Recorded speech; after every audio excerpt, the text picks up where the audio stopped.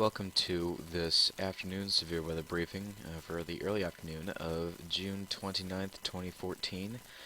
The time is currently 12:45 p.m. The moderate risk area in place over parts of the Central Plains has been expanded to include parts of northeast Kansas and has been also expanded to include parts of northern Missouri that were not included before. It has been expanded westward into Nebraska, and there has also been a slight risk added for northern Wisconsin and extreme northeast Minnesota. The original slight risk area has also been expanded to include a little bit of Arkansas, much of Missouri, much of Illinois, parts of southern Wisconsin, extreme southern Minnesota, parts of Iowa, although extreme northwest has been taken out of this risk area, much of Iowa, much of Kansas, and extreme northeast Oklahoma. The original thunderstorm outlook does look to still be in play. Only a few severe weather warnings are in effect right now. There are a few flash flood warnings for Tennessee, Mississippi, Arkansas, and Missouri, and there are 2 severe thunderstorm warnings currently in effect in Minnesota. Looking at this, the weather system for today seems to be ramping up a little bit. This cold front has moved upward into Minnesota, and a warm front now extends from Minnesota back through Wyoming. It passes through Minnesota, South Dakota, Nebraska, straddles the border of Colorado, and extends into western Wyoming. It is likely to sweep forward, and as it does, it is likely to produce severe weather along that line. There are 6 dry lines in effect right now. Correction, 7. There are 2 out here in California, which we needn't be worried about. There's 1 down here that extends down into Mexico. That looks like it won't produce anything, because, like I said, most of the stuff's up here. And the low pressure system, again, is right there. Over here, there are also 2. Here's a dry line that has a small line of thunderstorms moving through Sault Ste. Marie, and there are also some storms down in the Dixie Alley area. Looking at the significant tornado potential for today, if I can find it.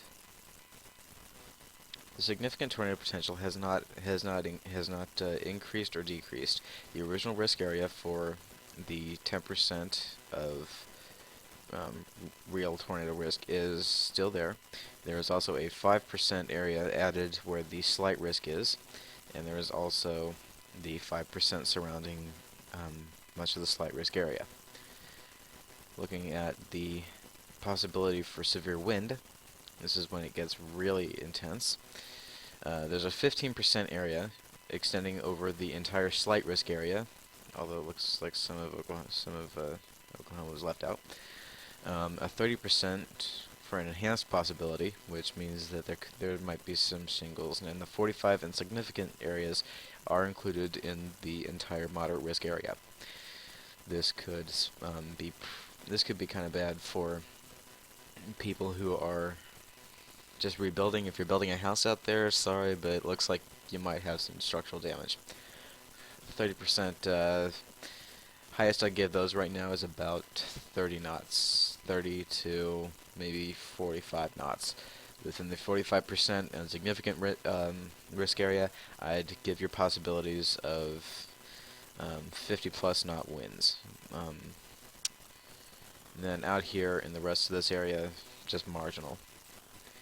Going into the hail possibility, there is a very large area of hail possibility. It's extending from the significant risk area, which encompasses much of the 30% and 45% risk areas, and it does include some of the 15% risk area too. 15%, normally 15% will maybe get some baseball size, but usually it's more it's more laid back a little, I guess you'd say. 30% you guys might see baseball-sized hail, and 45%, if I had to guess, I would say that you'd probably be seeing some grapefruit or greater-sized hail in competition with the largest hailstone ever found. There's a 15% area also encompassing the entire slight risk area. It encompasses much of northern Wisconsin and extreme northeast Minnesota. So that's that. Severe weather warnings, again, there were 2 up here, so they have been expired. They have been allowed to expire, and that's good. Going to watches. There are no watches yet in effect, although it looks like that could change as time goes on. Again, over here, I'm going to go ahead and take a... Sorry, that was my browser. I'm going to go ahead and take a look at the convective available potential energy forecast for right now. And, oh, hello. Let me take off the reflectivity here. Hang on. Alright, and I'm going to take off the gradient. Alright, so you can see that much of... Northern Plains, here we go. This should include Iowa. You can see that there is a large area of heavy cape around... no base reflectivity, please. There's a large area of significant cape along this warm front, current frontal positions. Out ahead, about maybe 200 miles ahead of this cold front, is a 3,500 risk area. And down here it gets up to 4,500. This is likely to sweep northward as the day goes on, creating extreme potential for the development of severe weather inside the moderate risk area. Looking at the forecast for surface cape over the next couple of hours, you can see that the larger numbers of cape do indeed sweep northward. There are values in excess of 3,500 over here, although down in Kansas you might see upwards of 5,000 joules per kilogram later on today, in accordance with the slight risk area. Again, this is likely to sweep northeast as time goes on.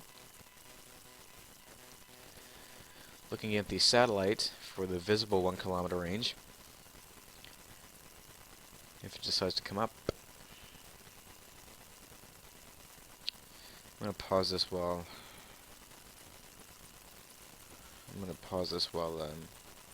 this is going on. Okay, so now I have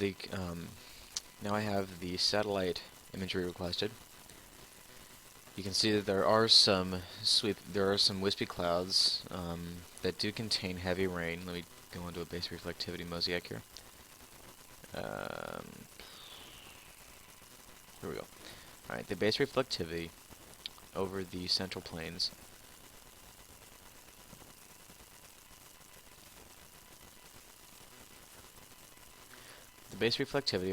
of the central plains indicates a few storms around the Iowa area.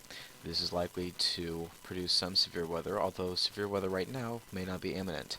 There are no watches in effect, and there are no severe thunderstorm warnings also in effect here. Like I said, the only warnings that we have to worry about right now are in southern sorry, I'm having trouble with speech today. Southern Missouri, northern Mississippi, northeastern Arkansas, and southeastern Tennessee. There are a few storms up here, though, that, given today's likelihood of severe weather, would be a good idea to keep an eye on. As you get farther north, you can see where the low pressure system is. It's this little wispy thing up near extending from Bismarck through Devil's Lake up into Canada. International Falls also has some weather that they might want to take a look at. And finally, I'm going to take a look at some of the mesoscale discussions that are in effect right now. There are, it looks like,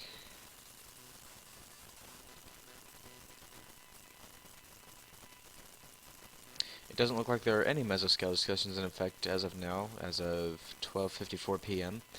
Although this is likely, again, to change as time goes on. The most likely place to see mesoscale discussions and possible watches and warnings are in the moderate and slight risk areas. If you're in the general thunderstorm area, I would not worry too much, as it doesn't look like you will see much. Well, that just about covers it. I'll come on again around 3 o'clock, make another one, and hopefully hopefully the level of activity that we're seeing right now will stay the same. Praying for a peaceful day, but may not turn out that way.